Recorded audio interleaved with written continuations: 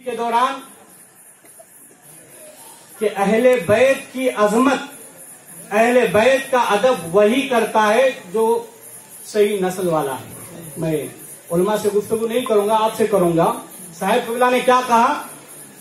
جو عظمت اہل بیت کی تعظیم اور ادب وہی کرتا ہے جو صحیح نسل ہے۔ اگر وہ صحیح نسل نہیں ہوگا تو تعظیم عظمت اہل بیت نہیں کرے گا۔ اس کے تعلق سے میں ایک واقعہ پیش کر کے میں پھر اب بڑھوں۔ دیکھیے حضور پاک صلی اللہ تعالی علیہ وسلم کے دور میں ایک صحابی ہیں جو بڑے ہی حسین و جمیل خوبصورت ہیں۔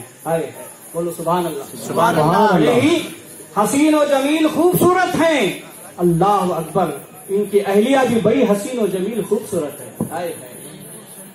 دونوں میاں بیوی دونوں بڑے حسین و جمیل خوبصورت ہیں، لیکن معاملہ کیا ہے؟ کچھ دن کے بعد ان کو ایک لڑکا ہو گیا۔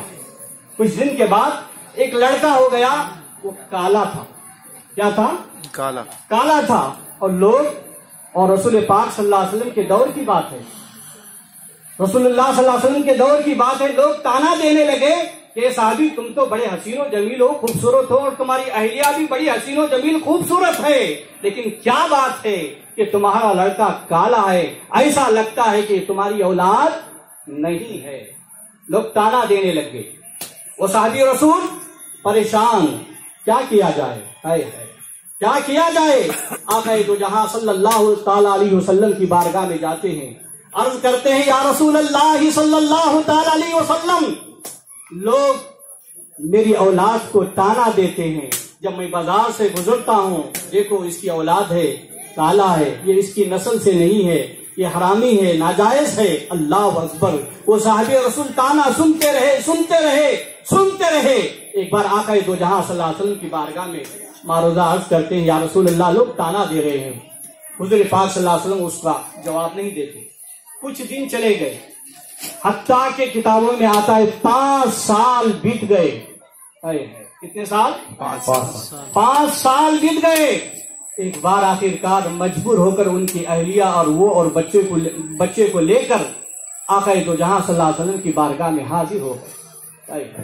حاضر ہو کر عرض کرتے یا رسول اللہ صلی اللہ علیہ وسلم، آج 5 سال ہو گئے ہیں، میں لوگوں کا تانا سنتا رہا، اب مجھ میں وہ طاقت نہیں کہ میں برداشت کر سکوں، آج مجھے بتا دیجئے کہ یہ میری نسل کا ہے یا کسی اور کا ہے۔ بولو سبحان اللہ۔ یہ کس کا ہے؟ آقا دو جہاں صلی اللہ علیہ وسلم کی بارگاہ میں صحابی عرض کرتے ہیں حضور پاک صلی اللہ علیہ وسلم خاموش ہیں، حضور پاک صلی اللہ علیہ وسلم خاموش ہیں۔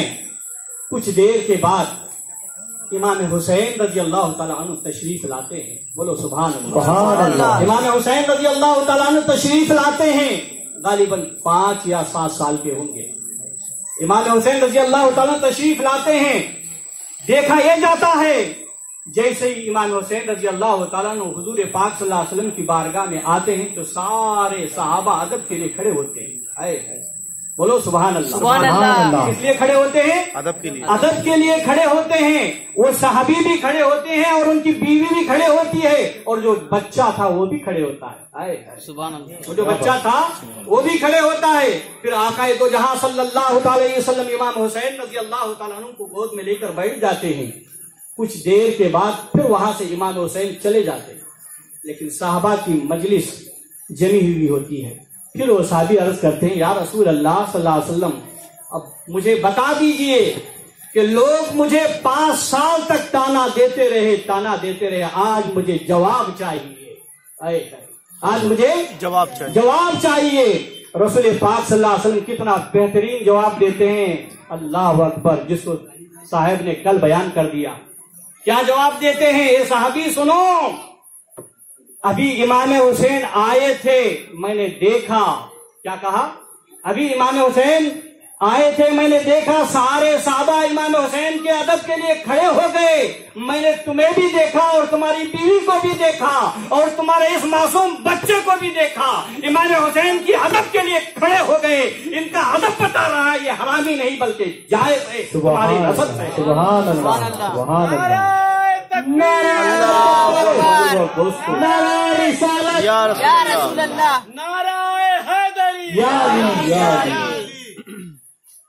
تو صاحب قبلہ نے جو کہا ہے حقیقت ہے. اگر کوئی آل رسول یا بزرگان دین کی بارگاہ میں توہین کرے تو میں تمہیں گزارش کرتا ہوں کہ ان سے الجھنے کی بولو بھائی ضرورت نہیں ہے. تم سمجھ جانا کہ اس کی نسل میں فرق ہے. تم سمجھ جانا کہ نسل میں فرق ہے، اس لیے کہ ہمارے بزرگان دین نے بتا دیا کہ جس کی نسل میں فرق ہوتا ہے وہی تو گستاخ ہوتا ہے.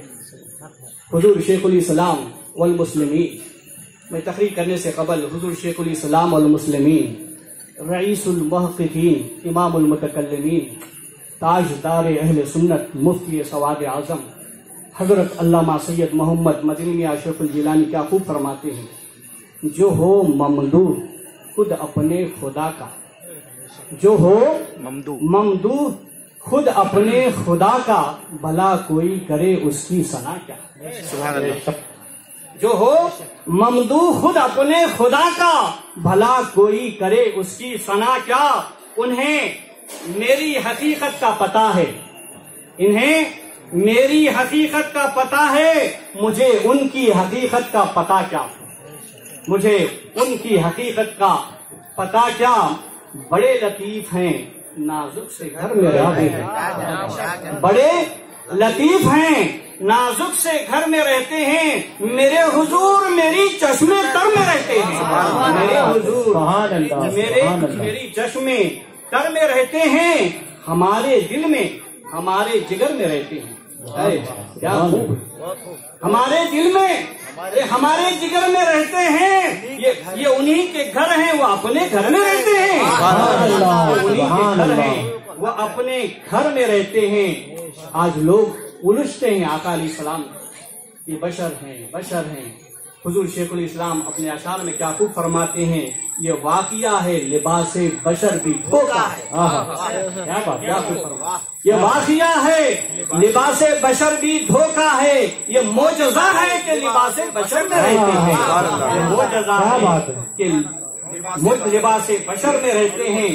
اور پھر حضور شیخ الاسلام والمسلمین وہ رسول پاک صلی اللہ علیہ وسلم کا مقام، ان کی عظمت بیان کرتے ہوئے کیا خوب فرماتے ہیں، مقام ان کا نہ فرش زمین نہ عرش بری. مقام ان کا نہ فرش زمین نہ عرش بری. وہ مقام ان کا نہ فرش زمین نہ عرش بری. وہ اپنے چاہنے والوں کے گھر میں رہتے ہیں. سبحان اللہ، سبحان اللہ. اپنے چاہنے والوں کے گھر میں رہتے ہیں. یہ تو ہم اور آپ آقا دو جہاں صلی اللہ علیہ وسلم کے چاہنے والے ہیں، ہمارے گھر میں رہتے ہیں. مگر لوگ اعتراض کرتے ہیں نا، لوگ اعتراض کرتے ہیں. ان اعتراضوں کے لیے حضور شیخ الاسلام کیا ہی خوب فرماتے ہیں، یقین والے کہاں سے چلے کہاں پہنچے. یقین والے کہاں سے چلے کہاں پہنچے. اور جو اعتراض کرتے ہیں ان کے تعلق سے شیخ الاسلام فرماتے ہیں، جو اہل شک ہیں اگر میں مگر میں رہتے ہیں.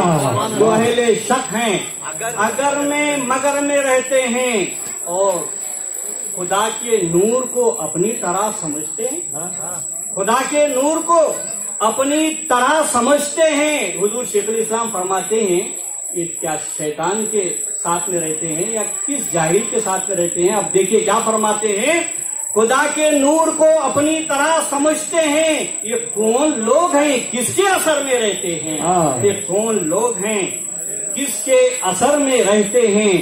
اور ان بزرگان دین کے تعلق سے شیخ الاسلام فرماتے ہیں، ملائکہ بھی عقیدت سے دیکھتے ہیں انہیں. کیا بات ہے، کیا فرماتے ہیں، ملائکہ بھی عقیدت سے دیکھتے ہیں انہیں، جو خوشا نصیب نبی کے نگر میں رہتے ہیں.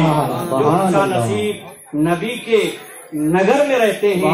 اور لوگ یہ بھی کرتے ہیں کہ یہاں سے پکاریں گے تو کیا وہ سنیں گے، سوالات کرتے ہیں. حضور شیخ الاسلام اپنے اشعار میں فرماتے ہیں، رہے وہ اپنوں سے غافل ارے معاذ اللہ. رہے وہ اپنوں سے غافل ارے معاذ اللہ. خوش نصیب ہم ان کی نظر میں رہتے ہیں، ہم ان کی نظر